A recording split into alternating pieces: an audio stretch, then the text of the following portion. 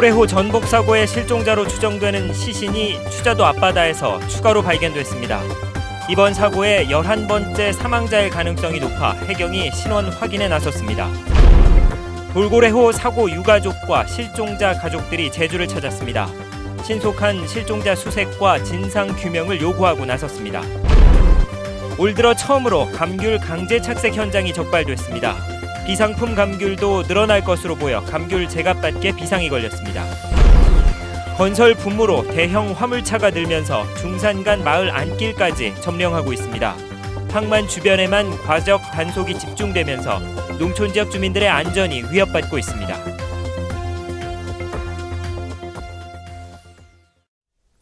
여러분 안녕하십니까? 뉴스데스크 제주입니다.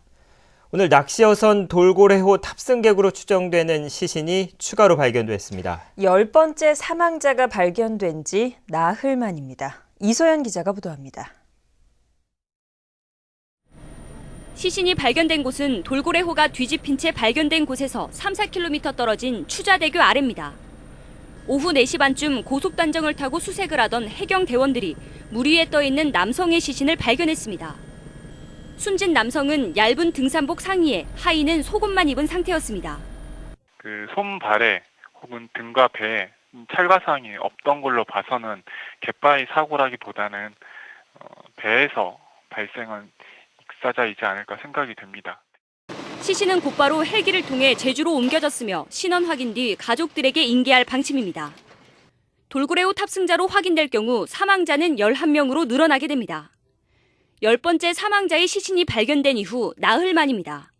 생존자를 찾았으면 더욱더 좋았을 건데 그래도 한 분이라도 더 찾았으니 거기에 여러 주민들이 다시 다 같이 동참하고 있습니다.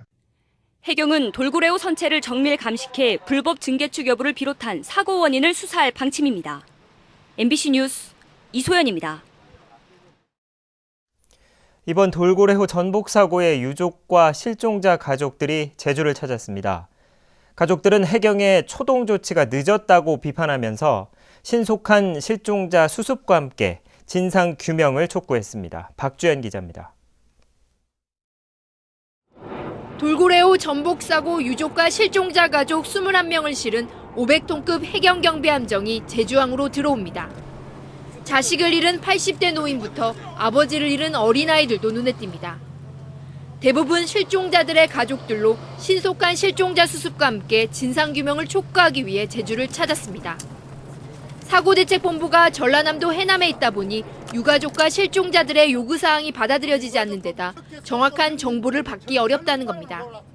이 8분의 시체 한 거라도 더 찾고 어떤 식이 되었거나 현장 바깥에 와서 보고 브리핑 자료라도 좀 듣고 모니터링이라도 보고 그것 하기 위해서 여기로 왔어요. 이들은 함정에서 내리자마자 제주항 부두에 주저앉았습니다. 시신들에서 상처들이 많이 발견된 것은 선체에 매달려 있다가 숨진 것이라며 해경의 늦은 초기 대응을 비판했습니다. 아이스박스 그걸 몸에 묶고 빠져갖고 있는 사람 차관 뜰 수 있는 거 갖고 있는 신분들은 시신을 발견하고 모든 실종자가 수습되고 진상이 규명될 때까지 제주에 머물겠다는 게 유족과 실종자 가족들의 입장. 제주항에서 5시간 넘게 농성을 벌였던 가족들은 일단 제주 시내 펜션에서 머물며 상황을 지켜보기로 했습니다. MBC 뉴스 박주연입니다. 낚시어선 돌고래호의 생존자들에 대한 조사가 시작됐습니다. 이평현 제주해양경비안전본부장은 중환자실에서 치료를 받고 있던 생존자 3명이 일반 병실로 옮김에 따라 어젯밤과 오늘 아침 사고 당시 상황에 대한 조사를 진행했다고 밝혔습니다. 이평현 본부장은 조사가 진행 중이어서 생존자들이 어떤 진술을 했는지는 공개할 수 없다며 앞으로 보강 조사를 벌이겠다고 밝혔습니다. 노지 감귤 출하 시기를 앞두고 감귤 수십 톤을 강제 착색하는 현장이 올해 처음으로 적발됐습니다. 이 비상품 감귤은 예년보다 늘어날 것으로 보이지만 열매 속기 실적도 부진해 감귤 제값받기에 비상이 걸렸습니다. 현재훈 기자가 보도합니다. 쓰레기 매립장에 노란빛의 감귤과 시퍼런 감귤이 뒤섞인 채 수북히 쌓여 있습니다. 밭대기로 사들인 비가림 감귤 2.6톤을 선과장에서 강제 착색하다 단속반에 적발돼 폐기 처분된 비상품 감귤입니다. 대규모의 이 선과장은 처음 적발된 다음 날에는 시퍼런 비상품 감귤 41톤이 또 적발돼 과태료 860만 원이 부과됐습니다. 착색 비율이 낮고 그다음에 그 49mm 이하는 그 비상품입니다. 그거 하고 그다음에 그 꼭지가 검게 나타났기 때문에 그는 강제 착색한 것이 아닌가 그렇게 생각하고 있고 감귤 열매 속기에도 비상이 걸렸습니다. 올해 감귤나무 열매 숫자는 평년보다 많고 크기는 작아 비상품이 대폭 늘어날 것으로 예상되는 상황. 하지만 열매 속기 실적은 목표 23,000톤의 23%인 5,000톤에 그치고 있습니다. 고령 농가가 많은 데다 일손이 부족한 게 가장 큰 문제입니다. 사실상 적과 인력이 모자라서 이제 개별로 이제 나이 드신 분들은 개별로 하고 이제 못하면 또 나이 드신 분 위주로 해서 이렇게 가서 적과를 해드리고 이렇게 하고 있습니다. 노지 감귤 출하가 시작되기도 전에 비상품 감귤 유통 행위가 적발되고 농가의 열매 속기도 부진해 올해 감귤 제값 받기에 비상이 걸렸습니다. MBC 뉴스 현재훈입니다. 정부의 감귤 명품화 사업이 국비 지원 부족으로 난항을 겪는 등 대통령의 감귤 공약 실천 의지가 실종됐다는 비판이 제기됐습니다. 국회 김은남 의원은 오늘 국정감사에서 최근 3년 동안 정부의 지원이 당초 계획보다 200억 원이 줄어 12개 신규 사업 가운데 8개가 추진되지 못했다고 밝혔습니다.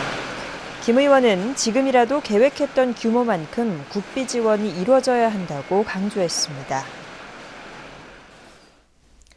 요즘 제주도는 건설 붐으로 곳곳에서 건축 공사가 한창입니다. 그런데 각종 자재를 실은 대형 화물차들이 중산간 마을 안길까지 점령하면서 보행자들의 안전이 위협받고 있습니다. 김찬년 기자입니다. 덤프트럭 2대가 중앙선까지 넘어가며 왕복 2차선 도로를 달립니다. 길을 건너던 관광객과 추월당한 렌터카는 위험천만해 보입니다.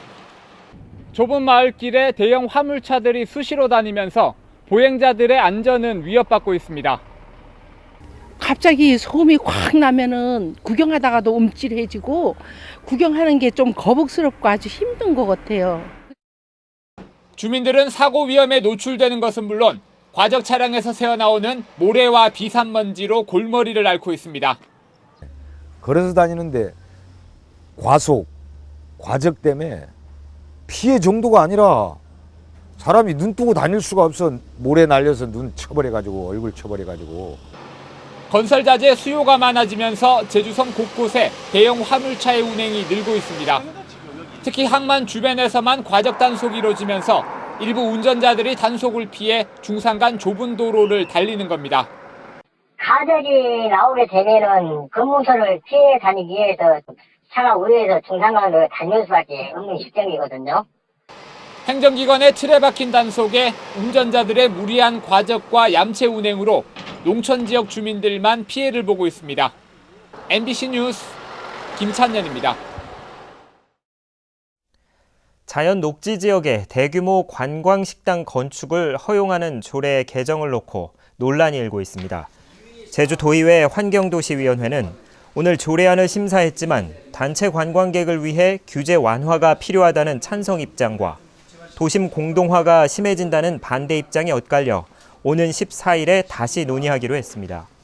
보건복지안전위원회는 보조금 지원 근거를 명시한 조례 개정안 21건에 일관성 있는 기준이 없다며 심사를 보류했습니다. 오늘 오후 4시 50분쯤 제주시 애월읍 구원포구 북서쪽 1.6km 해상에서 조업을 하던 어선이 남성의 시신을 발견해 해경에 신고했습니다. 해경은 이 남성이 지난 4일 제주시 한경면 자군의 포구 부근에서 부산 선적의 작업선과 충돌한 뒤 침몰한 한경선적 어선에 타고 있던 66살 고모 씨로 확인됐다고 밝혔습니다. 제주도 해양수산국장이 징계를 앞두고 제주도 감사위원회에 사전 로비를 했다는 KBS 보도에 대해 감사위원회가 언론중재위원회에 조정을 신청했습니다. 감사위원회는 오창수 위원장이 감사 결과에 대한 소명 기회 차원에서 해양수산국장을 만난 사실을 KBS 기자에게 설명했는데도 만남 자체를 부인하고 거짓말을 하는 것처럼 허위 사실을 보도했다고 주장했습니다. 오창수 위원장은 KBS가 사전 동의를 얻지 않고 녹취한 음성을 자의적으로 짜깁기 했다며 손해배상도 청구했습니다. 전국 공무원노조 제주시 지부는 성명을 내고 제주적 신문기자가 제주시청 국장을 폭행한 혐의로 입건된 것과 관련해 김병립 시장이 입장을 밝히라고 요구했습니다. 공무원노조는 사건 직후 김병립 시장이 해당 기자와 6차례나 통화했고 국장을 회유했다는 여론도 있다며 떳떳하게 통화 내용을 밝혀야 한다고 주장했습니다. 한편 공무원노조와 시민단체는 언론사의 부당한 간섭과 청탁 사례를 접수하는 권언유착 폐해 신고센터를 운영하기로 했습니다. 뉴스데스크 제주였습니다. 고맙습니다.